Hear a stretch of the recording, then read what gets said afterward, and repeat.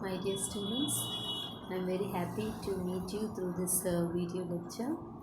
We have seen the revision of first two units and now it is the revision of the third unit. So third unit I have divided into two parts. So this unit deals with natural resources and we can see the first part of this third unit. So third unit deals with natural resources. So in this unit you will be studying about forest resources, water resources, energy resources, land resources.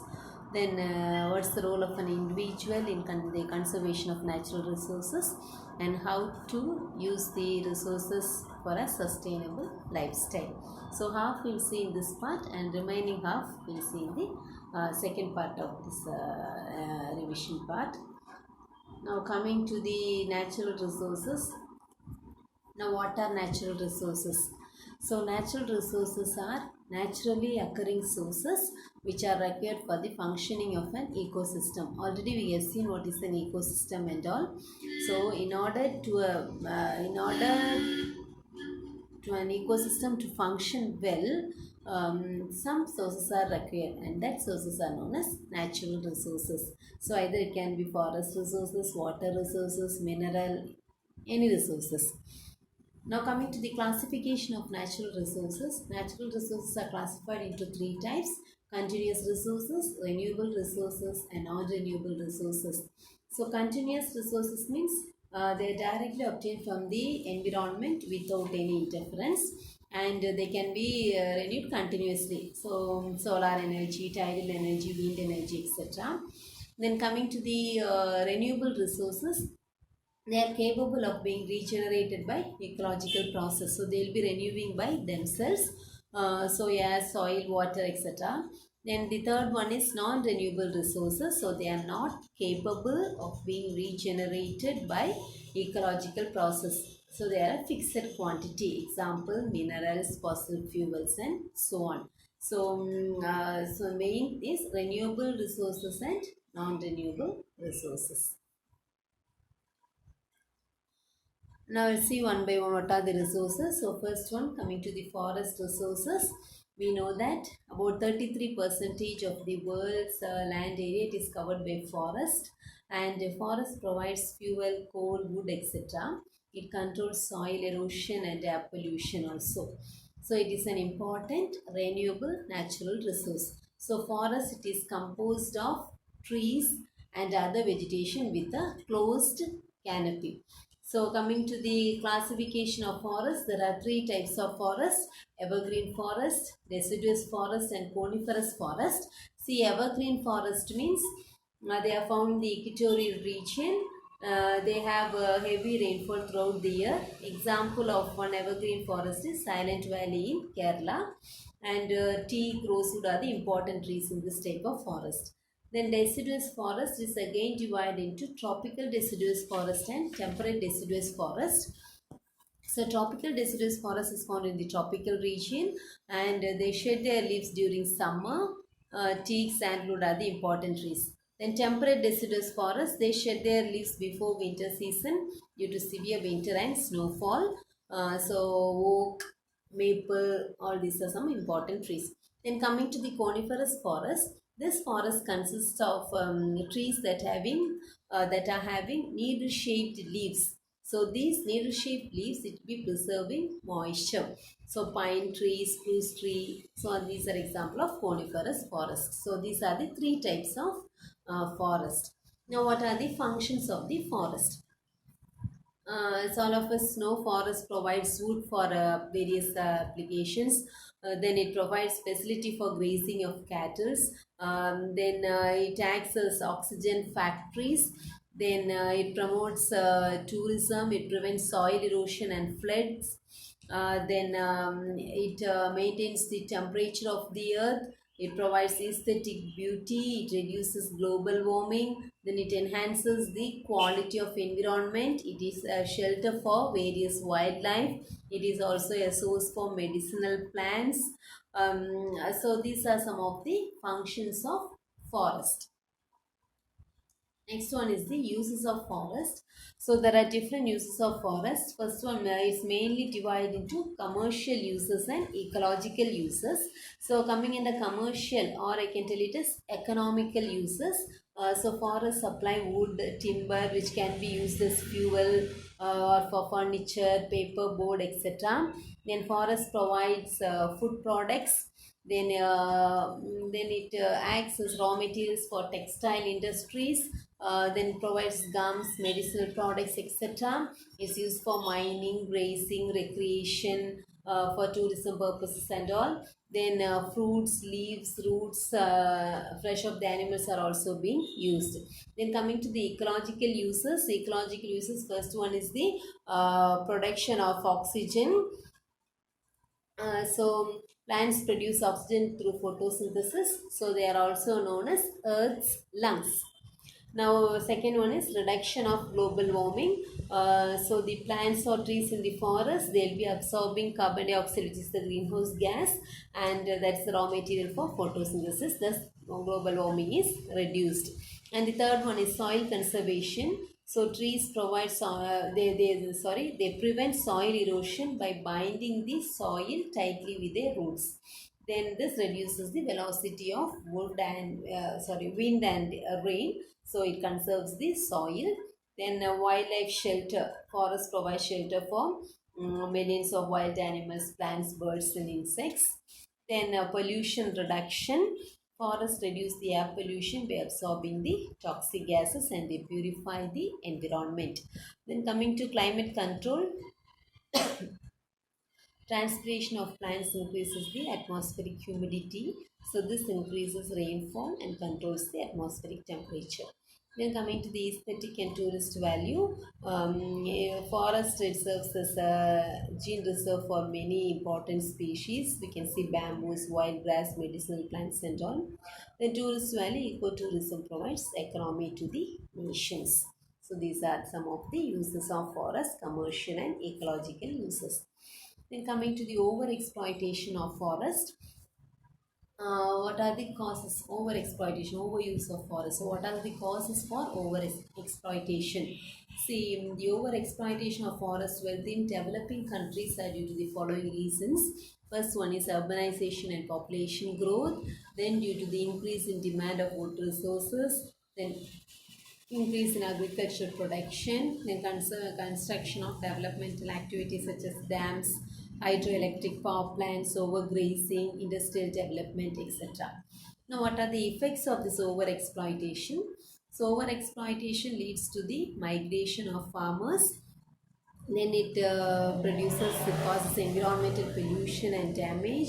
Deforestation takes place, biodiversity will be lost, and there are problems in the disposal of waste. So these are some of the effects of over exploitation of forest. And the next one is an important question, deforestation. So deforestation, all of us know, it is the drastic removal of forest resources. D means removal. So removal of forest resources is known as deforestation, and that means it is the destruction of forest. So forest area in the world has reduced considerably. See, 1900 it was 7,000 million hectares, but in 2000 it came to 2,370 million hectares. So nearly 5,000 million hectares were lost within this 100 years. So deforestation is also a continuous process, and the presence of wasteland is also a sign of deforestation. Now coming to the causes of deforestation, first one is developmental projects. So massive destruction takes place due to developmental projects like dams, road forming, etc. Then second one is population explosion. So growth of population increases the demand for forest products like fuel, wood, timber, paper, which leads to deforestation. The next point is grazing of animals. So overgrazing leads to the trampling of forest soil, and this results in porosity of soil, or soil erosion, or desertification of a fertile forest area. Then the next one is forest fire. So in the forest fire, fire destroys grown trees. So this results in killing of flora and fauna. The natural forces like floods, snow, storm, lighting, etc. They are the natural forces which destroy the forest. The next one is effects of deforestation, or what are the consequences of deforestation. So destruction of wildlife takes place. So animals are deprived of food and shelter. Then there is a reduction in vegetation cover due to increase in soil erosion. Then oxygen content will be reduced due to the clearing of trees. Then increase in pollution due to burning of wood. Then there's lowering of groundwater table due to rainwater runoff, and there is rise in global warming, or increase in global warming due to rise in carbon dioxide level. Then there is decrease in the availability of forest products. It leads to drought, frequent floods, landslides in hilly areas, and people living around the forest area, they lose their livelihood. Now, what are the preventive measures, or how to prevent this deforestation? So, use of firewood as fuel should be discouraged. The alternate source of energy should be encouraged. Forest fire must be controlled. Overgrazing must be prohibited. Then reforestation activity should be there. Forest pests should be controlled. Education awareness programs should be given. Then strict implementation of Forest Conserving Act also should be there.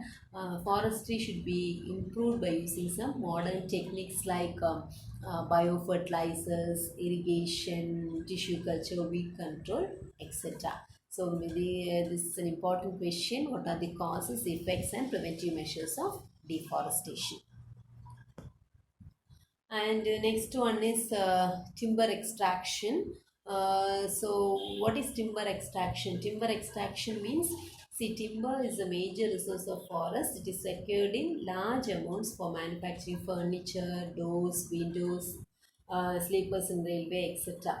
So nowadays timber extraction is drastically increased due to population growth.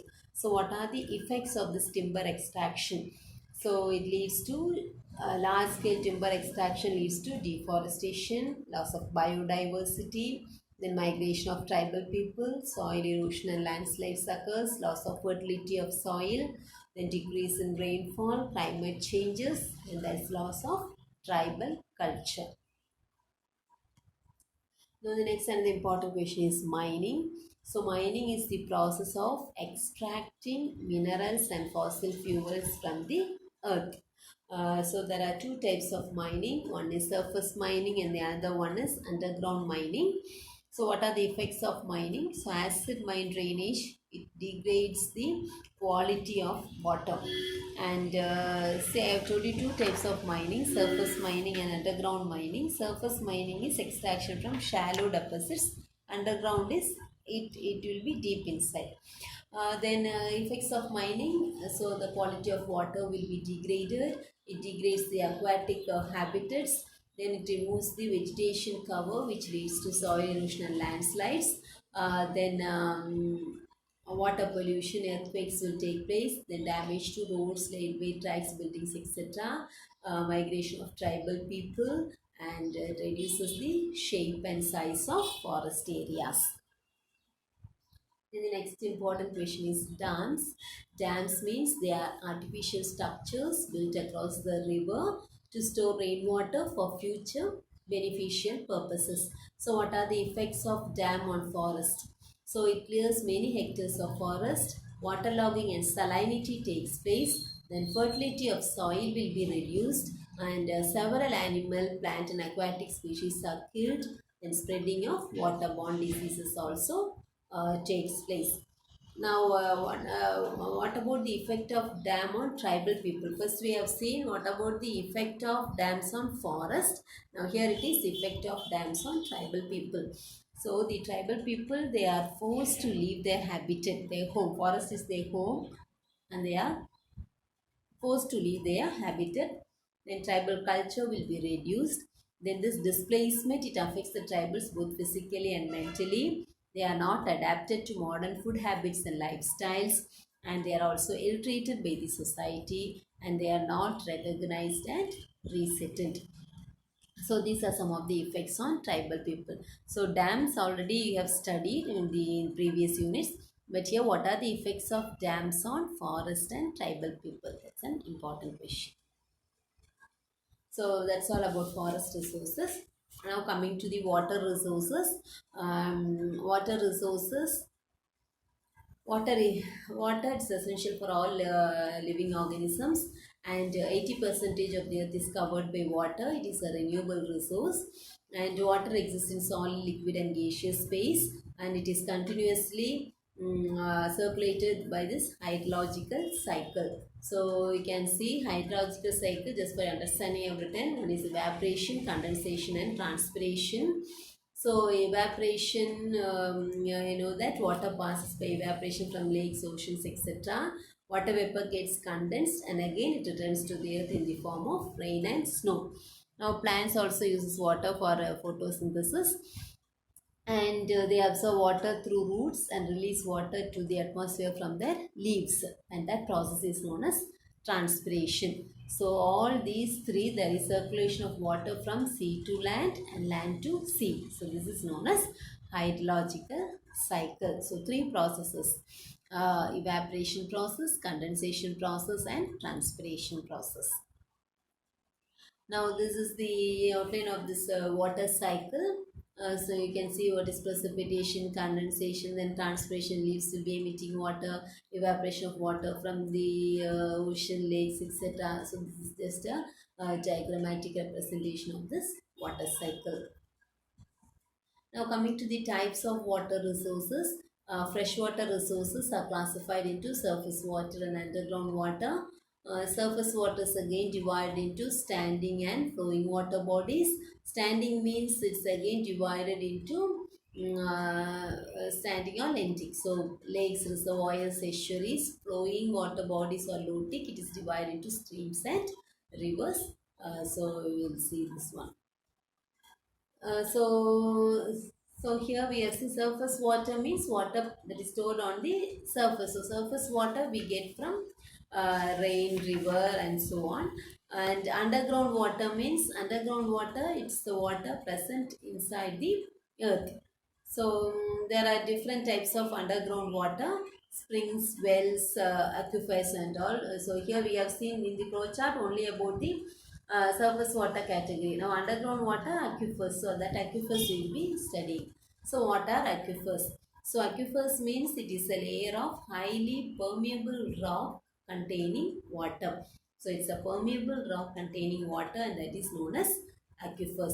So aquifers, there are two types. One is unconfined aquifers and another one is confined aquifers. So unconfined aquifers, it is formed when water collects over a less permeable rock. And confined means water collects over a non-permeable rock. So these are the two types. When water collects over a less permeable rock, it is unconfined aquifers. And when water collects over a non-permeable rock, it is known as confined aquifers. Now coming to the uses of water, all of us know consumptive use and non-consumptive use. So consumptive use, it is used, water is completely used and it cannot be reused. Water is completely used and it cannot be reused. And irrigation, domestic uses and all, it comes under consumptive use. Coming to the non-consumptive use, it is hydroelectric power. It is not completely used, but it can be reused again and again. So that is the non-consumptive use. Uh, Now, what are the other uses of water? You know about the other uses of water. It is a universal and cheap coolant. It cleans the atmospheric air. Used for irrigation, industries, and it's used for commercial purposes. Like it is used in commercial purposes like hotels, offices, education institutions, etc. And water is an important component of photosynthesis. Now coming to the overutilization of water. So due to rapid population and industrial growth, there's a great demand for water resources, and because of groundwater usage, annual extraction is less, far excess than the natural recharge. Now what are the effects of overutilization of water? So there's an because of the increased usage of water, there's a decrease in the water table which affects the animal life, and agricultural over exploitation of groundwater. It increases salinity and water logging, which reduces the production. Then groundwater usage is more, means sediments will get compacted, so there is sinking of overlaying land surface, and that is known as ground subsidence. There will be sinking in this land surface. Then it upsets the ecological balance. Then it reduces the area for percolation and increases the surface runoff. Then overutilization of groundwater causes earthquake, famine, and landslides. And due to this overutilization of water, wells and borewells are dried up. Moreover, it pollutes the groundwater, because when the groundwater level near the agricultural land decreases, it pollutes the groundwater. So these are the effects of overutilization of water. This is also an important question. We have to explain in detail. Then the next one is drought. Drought means it is the scarcity of water due to deficient rainfall and excessive withdrawal of groundwater. When groundwater is withdrawn excessively, when there is a more withdrawal of groundwater, there is scarcity of water, because rainfall is also very less. So that condition is known as drought condition or dry condition. So what are the causes? Due to poor land use, then due to soil erosion, deforestation activities, rainfall is below normal, due to high pollution, and due to over exploitation of water, this condition prevails. It's an important question. What are the effects? Now it changes the quality of water. It causes crop failure. Then there will be hunger, famine, malnutrition, scarcity of drinking water, etc. Then there will be lack of raw materials. Both industrial and commercial activities will be affected. Then drought condition initiates deforestation. Then there is migration of people and urbanization also takes place. Now how to manage this drought management? So dams can be constructed, rainwater can be harvested, drip irrigation or sprinkle irrigation can be followed, afforestation in the deforested areas improves the rain potential, then mixed cropping and dry farming minimize the risk of crop failures. So this condition can be removed by this management techniques. And the next one is conflicts over water. So conflicts of water, we know that it means there's a difference in opinion within states or within national level or international level to share the water resources. So difference in opinion, how it is arising means it arises within national level or state level or international for the sharing of water resources. What are the causes of this conflicts, water conflicts? What are the causes of water conflicts? First one is unequal distribution of water. So this is the major cause for the conflict of water, and we know that there are international conflicts are also there. See, USA and Mexico, they have conflict for the river Colorado. Iran and Iraq for Shatt al-Arab. Then India and Pakistan for Indus River, India and Bangladesh for Brahmaputra River. So these are some of the international conflicts. The national conflicts, all of us know, Tamil Nadu and Karnataka for Kaveri River, Tamil Nadu and Kerala for Sirvani River, Andhra Pradesh and Karnataka for Krishna River, Tamil Nadu and Kerala for Periyar River. So these are for the unequal distribution of water. Then second one is construction of dams and hydroelectric power stations. For that also some of the conflicts will be there. Then for the discharge of effluents and unwanted materials which causes environmental pollution. Now the next one is management of conflicts over water. So where water pollution should be controlled, so proper regulations are to be used. Then interlinking of rivers can be made, and equal distribution of water should be done by nationalization of water. So water, it is an renewable resource, and it should be equally distributed. And coming to the next one, last thing in the water resource floods, we have already seen in the second unit itself. Now dams. See what are the benefits of dams and what are the problems of dams. So dams already we have seen in this is the starting we have seen. So they are the artificial structures and benefits is to store rainwater, to control floods, is used for irrigation purposes, to generate electricity for drinking purpose, for navigation and fishery. We can use the water from dam. Now, what are the problems in the construction of dams means upstream problems and downstream problems. So, in the upstream problems, there is loss of forest and forest land, loss of flora and fauna takes place, then displacement of tribal people, then excessive storage of water leads to earthquake, then there is the spreading of waterborne diseases, poor plant growth, and waterlogging will be there. Sedimentation, siltation also occurs. These are upstream problems. Coming to the downstream problems, the saltwater intrusion at the river mouth, estuary area. Then waterlogging and salinity takes place. Then reduced water flow. Sometimes the dam collapses suddenly, so totally destroys the nearby cities and villages, and fertility of the land along the river also gets destroyed or reduced. So these are some of the downstream problems. In the beginning already we have seen about what are the effects of dams on forest and tribal people. Now what are the benefits and problems of dams? So you can combine this answer and write if the question is asked on dams, what are the problems, what are the benefits, or they may ask what are the effects of dams on forest or tribal people. So accordingly you can answer and write. So today we have seen two resources. One is forest resources and another one is water resources we have seen. And in the next part we see the remaining resources. Thank you.